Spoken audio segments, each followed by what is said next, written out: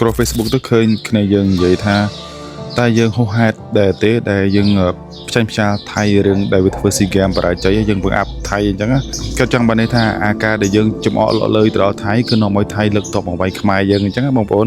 អញ្ចឹងខ្ញុំចង់និយាយកន្លែងនេះបន្តិចគឺសម្រាប់ខ្ញុំយល់ថាមិនមែនអញ្ចឹងទេថៃតាំងពីដើមមកបងប្អូនមើលក្នុងប្រវត្តិសាស្ត្រវាមិនដែលចង់ឲ្យខ្មែរយើងក្រន់ជាងវាទេទោះបីជាយើងបច្ចេកបច្ចាវាក៏ដោយអត់ក៏ដោយគឺដឹងតែវាចង់ទៅវាយយើងតែអញ្ចឹងឯងបងប្អូនគិតតែរឿងយើងបច្ចេកបច្ចាថៃនិយាយលក់លើឲ្យថៃចុះបងប្អូនមិនដែលឃើញថៃនិយាយលក់លើឲ្យយើងវីដេអូយើងថាប្រទេសផ្ដាច់ការហើយរើតដងវាហ្នឹងគឺអ្នកមើលងាយយើងច្រើនជាងយើងធ្វើដល់វាទេបងប្អូនយើងគឺធ្វើរលកក្រោយយើងគឺឆ្លើយតបទៅវាដែលវាបញ្ជឿយើងទេ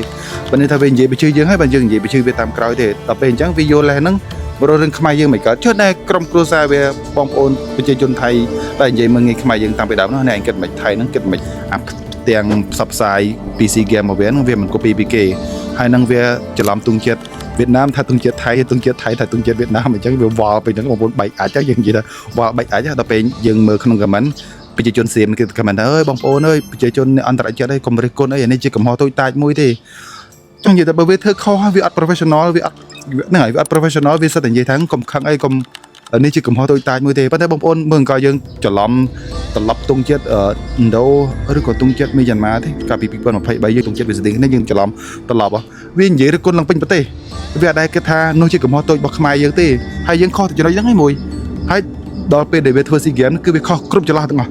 ប៉ុន្តែវាចូលទៅ comment វានាំគ្នាចូលទៅ comment ថានេះជាកំហុសតូចតាចមួយទេនេះជាកំហុសតូចតាចមួយទេខ្ញុំអាប់អង្គឡនេះបើយើងធ្វើខុសវាសិតតែយកទៅនិយាយហើយយកទៅសរសេរសិតភាសាអង់គ្លេសឲ្យអន្តរជាតិដឹងថាយើងអន់យើងវាបណ្ដាលវាយើងនឹងគ្មានការគិតតែពេលវាខុសវិញសិតតែវាកំហុសតូចតាច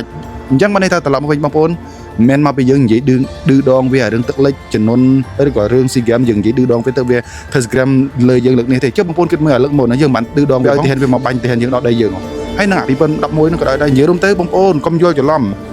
អញ្ចឹងមិនថាកាលណាដែលយើងគិតមិនដល់កំហុសដែលវាអ្នកធ្វើមកលើយើងសោះវានិយាយប្រឡប់ទៅជាយើងអ្នកខុសវិញបងប្អូនហើយសៀមប្រើល្បិចតែអញ្ចឹងមកលើខ្មែរយើងមិនគួរណាចាញ់ល្បិចសៀមទេយើងត្រូវរៀនគិតឲ្យស៊ីជម្រៅបន្តិចបងប្អូន